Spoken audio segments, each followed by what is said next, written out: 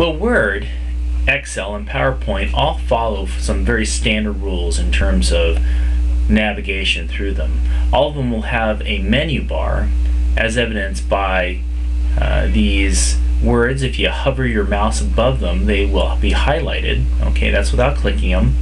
All of them will have File, Edit, View, Insert, Format to some degree, and Window and Help.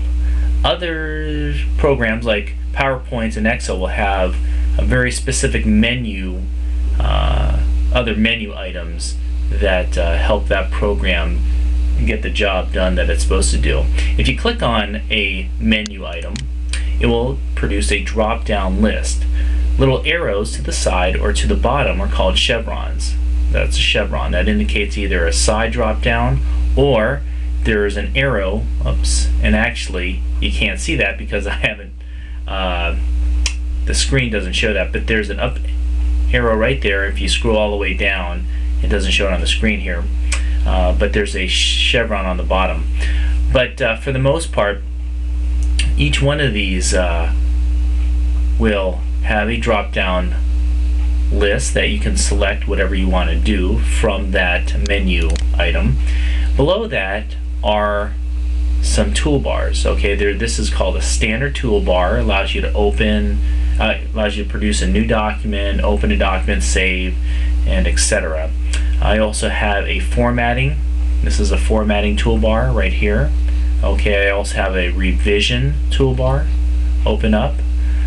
This is a Adobe PDF toolbar here and an EndNote toolbar.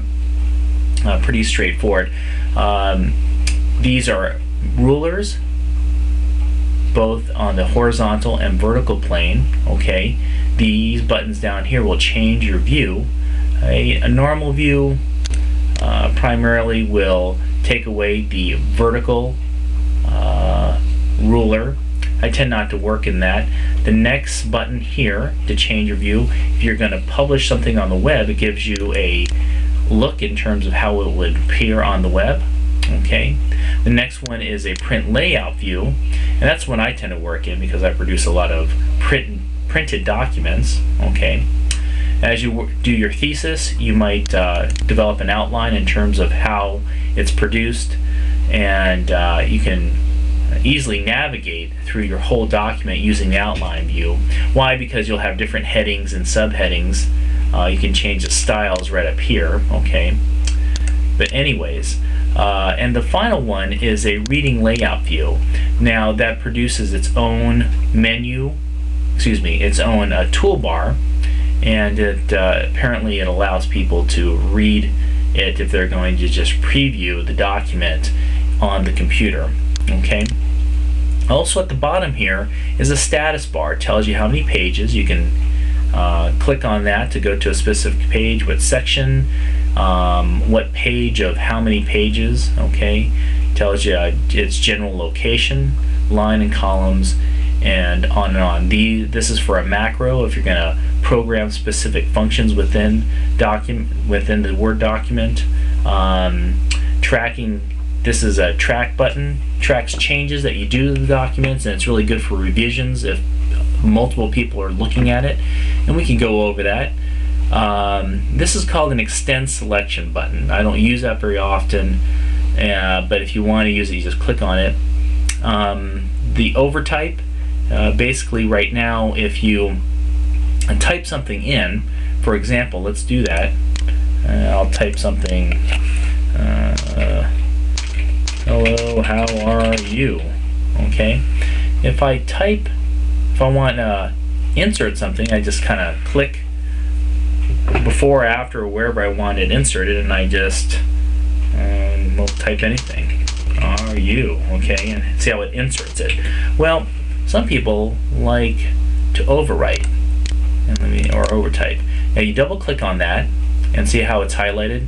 Well, I can go here and I can see how are you guys. See how it just overtypes it. Pretty complicated. But anyways, general rule is that if you can't see everything, you can scroll down using the scroll bars, either horizontal or vertical. Here's a horizontal, here's a vertical. Or you can actually change the zoom level, okay? You can say I want to see 25% all the way to 200, or if you want something specific, you can type it in. I want to see it at 115% and hit enter. Okay? So anyways, that's the deal in terms of just getting yourself oriented to the menu and toolbars. Okay?